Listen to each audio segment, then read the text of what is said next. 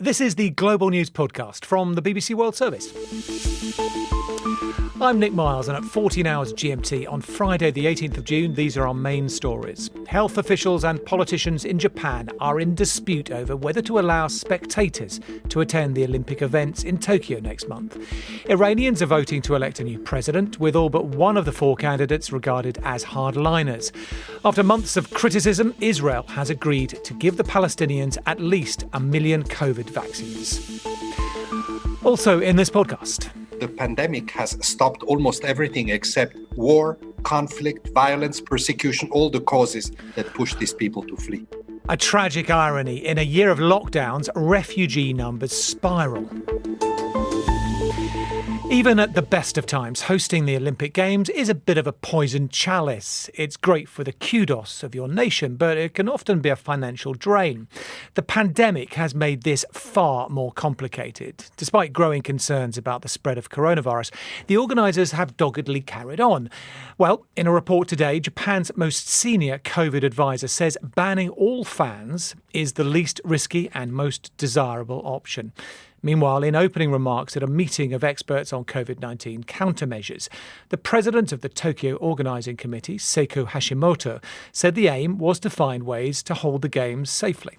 We would like to have a discussion today from the experts' perspective on how we can achieve a safe and secure Games. Based on your advice, we would like to implement solid measures. What then to make of the situation? Rupert Wingfield-Hayes is our correspondent in Tokyo. I think the impetus from the political leadership and from the leadership of the organising committee is towards having spectators. It appears pretty clear from what Mrs. Hashimoto has said and what Prime Minister Suga has said in the last few days that they want these games to have people in stadiums, albeit not in the normal circumstances. I think they're very much open to limiting spectators. That's what's going on in Japan at the moment. Sporting events have been going on in Japan with a maximum of 5,000 people in stadiums for really throughout the pandemic. And they seem to believe that the measures they put in place mean that they can do that with the Olympics as well, and that they can do so safely without the threat to public health. That does, however, seem to go very much in the face of the expert advice that we've heard from today. So, in that respect, there is definitely a conflict between the political leadership and the scientific leadership here. Yeah, and it makes the politicians pretty nervous, I imagine. It's a bit of a hostage to fortune, particularly when still, even though public opinion is changing to a certain extent, still a lot of people in Japan just don't want the Games to go ahead at all. Yeah, we had a situation before over the last few months where around 80%, between 70 and 80% of people in Japan either said they didn't want the Games to go ahead or they wanted them postponed another year. So about 40%, those two views. Now it's shifted somewhat to about a third saying they still don't want the Games to go ahead, a third saying they want it to go ahead but with no spectators, and then a smaller number, around 20%, saying you can go ahead with limited spectators. So public opinion has shifted, but you can still see there's a great deal of suspicion, fear and anxiety about the Games going ahead during the pandemic. Rupert Wingfield-Hayes. During President Hassan Rouhani's 8 years in office, Iran's economy has continued to worsen and relations with the West have deteriorated too. Now, Iranians are voting for a new president. The country's supreme leader, Ayatollah Ali Khamenei, cast the first ballot and appealed for people to go to the polls.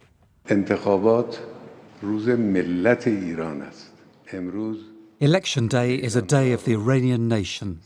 Today, people are the main actors and stage directors.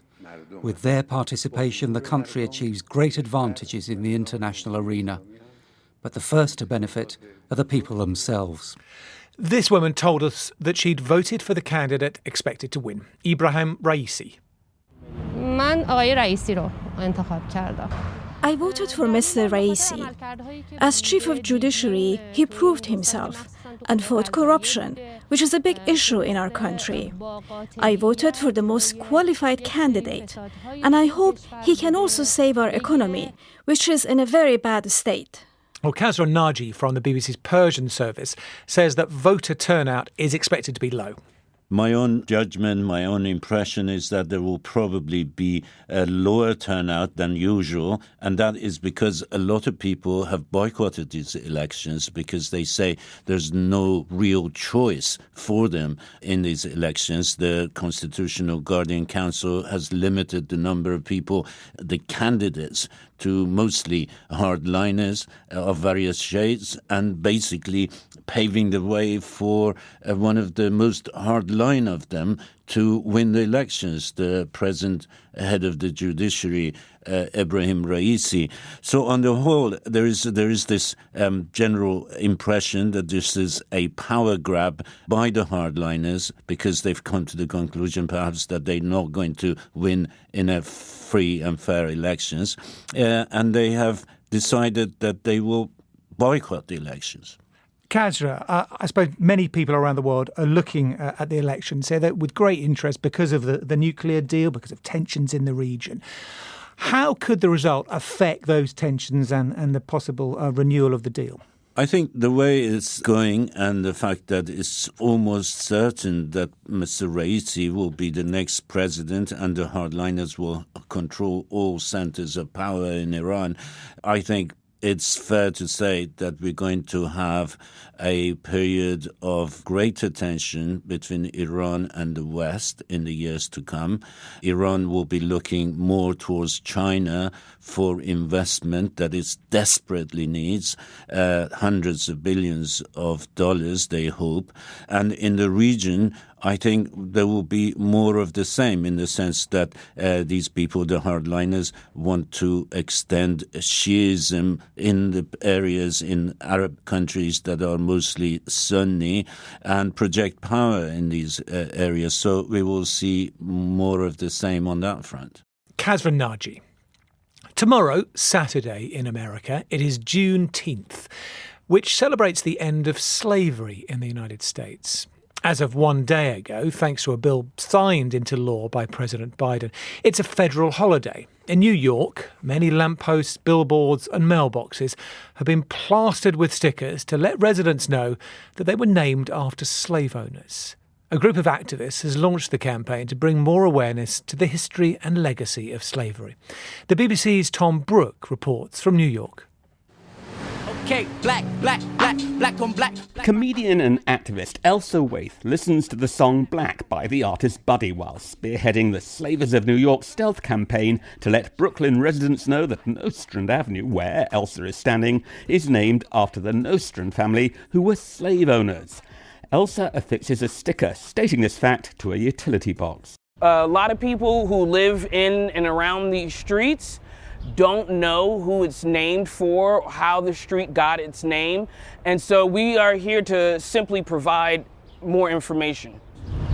It's not necessarily common knowledge, but many prominent New York City thoroughfares, landmarks and institutions are named after slave owners, figures such as Peter Stuyvesant, John Lefferts and John Van Nostrand. This is what's being revealed by this project. Part of the Slavers of New York team is Maria Robles. Knowledge is power. I think one of the reasons that racism, specifically anti-blackness, continues to be so pervasive is because there has not been a real reckoning with the history of slavery. But what do New York City residents make of this stealth sticker campaign? Before today, I did not know that Nostrand Avenue was named after a slave owner. It'll just give us a little bit of insight. I appreciate this because it actually brings awareness to the community, which I think still suffers from slavery. But some passers-by are a little more sceptical, wondering perhaps if the campaign is part of a broader effort to change street names so they no longer belong to slave owners. Yeah, this is so far back, sometimes maybe it's irrelevant. Maybe we should change every street name, every town. But